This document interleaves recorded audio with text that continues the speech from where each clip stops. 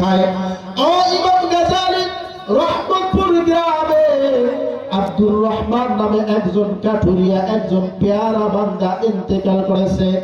তার জানাজার নামাজ পড়াবে, তাকে গোসল দিবে, সুন্নত তরিকায় তাকে কবরস্থ করবে, এরকম ওই গ্রামে ভালো কোনো আলেম নাই। স্বপ্নের যুগে ইমাম গাজালি স্বপ্নটা দেখতেছে।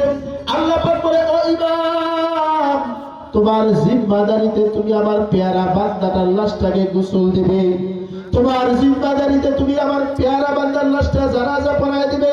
ও ইমাম, তোমার জিম্মাদারিতে আমার পেয়ারা বান্দাটার কবরস্থ তুমি নিজেই করবে। স্বপ্ন যুগে ইমাম গাজালি যখন স্বপ্নটা দেখলেন, স্বপ্ন যখন ভেঙে গেল, সকাল হয়ে গেলে ইমাম গাজালি রহমতুল্লাহি আলাইহি রহমতপুর গ্রামের থেকে চলে গেলেন। রহমতপুর গ্রামে যাওয়ার পরে লোকদেরকে জিজ্ঞাসা করতে লাগলেন, ও ভাই, আব্দুর রহমান নামে একজন পেয়ারা বান্দা ইন্তেকাল করেছে, তোমরা কি তাকে চেনো নাকি? তোমরা কি তার ঠিকানা বলতে পারবে নাকি? এলাকার লোকেরা বলে, আল্লাহ পাকের পেয়ারা বান্দা কিনা তা জানি না, তবে গতকাল রাত্রেবেলা আব্দুর রহমান নামে একজন কাঠুরিয়া ইন্তেকাল করেছে, এই গ্রামের শেষ মাথায় তার বাড়ি। ইমাম গাজালি বলে, হ্যাঁ, আমি তো স্বপ্নে দেখছি আব্দুর রহমানের নামে আল্লাহ পাক বলেছেন। ইমাম গাজালি রহমতুল্লাহি আলাইহি হাঁটি হাঁটি পা পা করে গ্রামের শেষ মাথায় চলে গেছে। গ্রামের শেষ মাথায় চলে গেলে দেখা যায় জঙ্গলের কাছাকাছি ছোট্ট একটা ঘর, ঘরের পাশে একটা লাশ সামনের মধ্যে রাখা আছে, কাপড় দিয়ে পেঁচানো। কিছু যুবক পোলাপান কান্না করতেছে লাশের পাশে।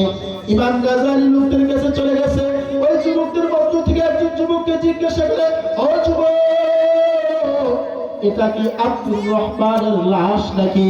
যুবকটা বলে, হ্যাঁ, আমার বাবা আব্দুর রহমানের লাশ, আমার বাবা গতকালকে ইন্তেকাল করেছে, আমার বাবাকে গোসল দেবে, আমার বাবাকে সুন্দর তরিকায় কবরস্থ করবে। এরকম ভালো আলেম আমাদের সমাজে নাই। ইমাম গাজালি যুবকটাকে বলে, ও যুবক, তোমার চিন্তা করে কোনো কারণ নাই, আমি ইমাম গাজালি তোমার বাবার জানাজা নিজ হাতে করব, তোমার বাবাকে নিজ হাতে আমি ইমাম গাজালি কবরস্থ করব। জোরে বলেন সুবহানাল্লাহ। সত্যি সত্যি তাই তো হলো।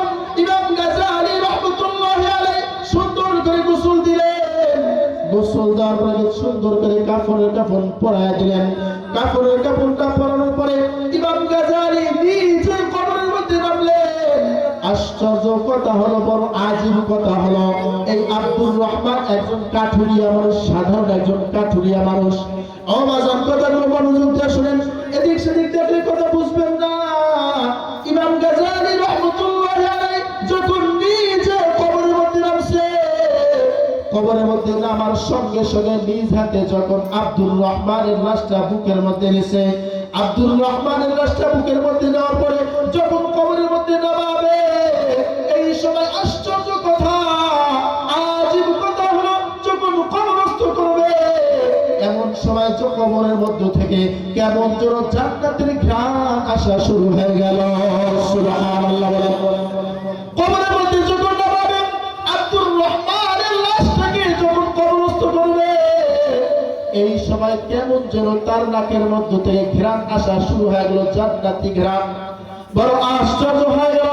আব্দুর রহমানের লাশটা দেখে ইমাম গাজালি আশ্চর্য হয়ে গেছে। কি ব্যাপার? একজন সাধারণ কাঠুরিয়া মানুষ, সারাদিন যিনি কাঠ কেটে খায়, বড় কোনো আলেম না, বড় কোনো আবেদ না, কবর রাখার সঙ্গে সঙ্গে তার কবর থেকে জান্নাতি ঘ্রাণ কেমনে আসলো? বুঝে আসে না, বুঝে আসে না, চিন্তা করতেছে। যখন কবরের মধ্যে নামাইছে, কবরস্থ করার পরে বাটি দেওয়া যখন শেষ হয়ে গেল, কবর থেকে উঠার পরে আব্দুর রহমানের সন্তানদেরকে জিজ্ঞাসা করে, ওরে আব্দুর রহমানের সন্তানেরা, তোমাদের বাবা কি আমল করতো, যে আমলটা করার কারণে তোমাদের বাবা ওলির মাকাম আল্লাহ পাক তাকে দান করতে পারে? সন্তানরা বলে, আমাদের বাবা কি আমল করতো আমরা তো ভালো জানি না, তবে আমার মা ভালো বলতে পারবে আমার বাবা কি আমল করত। অবাজন বলেন তো এখানে যারা আছে স্বামীর খবর স্ত্রী ভালো জানে নাকি সন্তান ভালো জানে? সবাই বলেন না কেন, জোরে বলেন। স্বামীর খবরটা সন্তান ভালো জানবে নাকি স্ত্রী ভালো জানবে? স্ত্রী তো আমার সহধর্মিনী, স্ত্রী সব খবর জানবে। স্বামীটা যে সত্যি সত্যি ভালো হয় স্ত্রী কিন্তু স্বীকার করবে আমার স্বামীটা ভালো, ঠিক না ঠিক? আর আমার স্বামীটা যদি জুয়াখোর হয়, মদখোর হয়, গাঞ্জা খায় বেড়ায়, ওই স্ত্রীর কাছে যাবে বলবেন সারা তো দিন খারাপ, বড় খারাপ বলে কি বলে না? এই জন্য বলেন সন্তানরা বলে আমার মা আমার বাবার সম্পর্কে ভালো জানবে। ইমাম গাজ্জালী রাহমাতুল্লাহি আলাইহি ওই ঘরের মধ্যে চলে গেছে, দূর থেকে পর্দার বাহির থেকে আব্দুর রহমানের স্ত্রীকে জিজ্ঞাসা করতেছে, ও আব্দুর রহমানের বিবি, তোমার স্বামী কি এমন আমল করত যে আমল করার কারণে তোমার স্বামীকে আল্লাহ পাক ওলির মাকাম দান করতে পারে? সুবহানাল্লাহ বলেন। কি এমন আমল করত, কি এমন ভালো কাজ করত যে কাজ করার কারণে, যে আমল করার কারণে তোমার স্বামীকে আল্লাহ পাক ওলির মাকাম দান করতে পারে? ভিতর থেকে পর্দার ভিতর থেকে আব্দুর রহমানের বিবি উত্তর দেয়, আব্দুর রহমানের স্ত্রী জবাব দেয়, ওরে ইমাম, আমার স্বামী একজন সাধারণ কাছুরিয়া মানুষ, সারাটা দিন তিনি কাঠ কাইটা খায়, অল্প পুঁজি হালাল পন্থায় উপার্জন করে, অল্প হারাম অল্প উপার্জন করার পরে এর মধ্যেই সন্তুষ্ট থাকে। অল্প উপার্জন করার পরে আমার স্বামীটা বিরক্ত হয় না, এর মধ্যেই সন্তুষ্ট থাকে। আমাদের ঘরের মধ্যে তেমন কোনো ভালো ছোপা নাই, ভালো কোনো খাট নাই, ভালো কোনো ড্রেসিং টেবিল নাই, তবে আমার স্বামীর একটা এমন আমল আছে, আমার স্বামীর এমন একটা গুণ আছে। আমার ঘরের মধ্যে একটা আলমারি রাখা আছে, আলমারির মধ্যে আল্লাহ পাকের একটা কোরআনুল কারীমের ছবি, আল্লাহ পাকের একটা কোরআনুল কারীম, আল্লাহ পাকের একটা কোরআন শরীফ ওই আলমারির মধ্যে রাখা আছে। আমার চোখে আমি দেখতাম প্রতিদিন সকালবেলা ফজরের নামাজ পড়ার পরে আমার স্বামীটা কোরআনের সাথে প্রেম মহব্বত শুরু করত। আমার স্বামীটা প্রতিদিন ফজরের নামাজ পড়ার পরে কোরআনটা নিয়ে বসে পড়তো।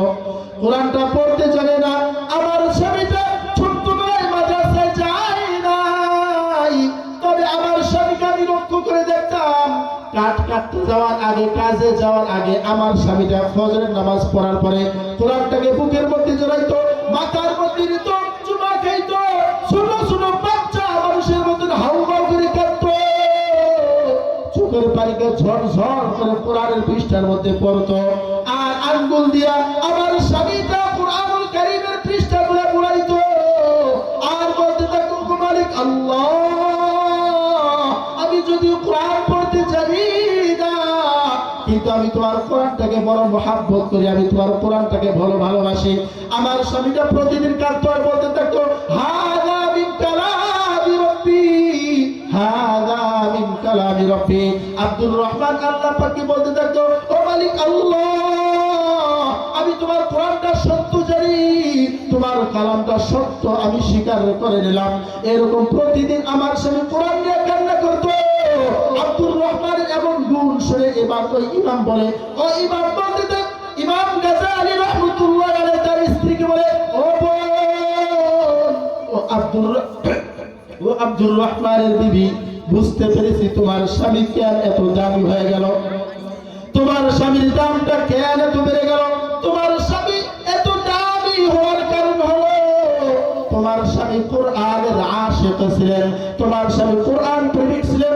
তোমার স্বামী কোরআন প্রেমিক থাকার কারণে, তোমার স্বামী কোরআনের আশিক হওয়ার কারণে আল্লাহ পাক দুনিয়ার জমিনে ওলি বানাইয়া জান্নাতি মেহমান হিসেবে কবুল করেছে। একটা জবান বন্ধ রাখবেন না, জোরে বলেন সুবহানাল্লাহ।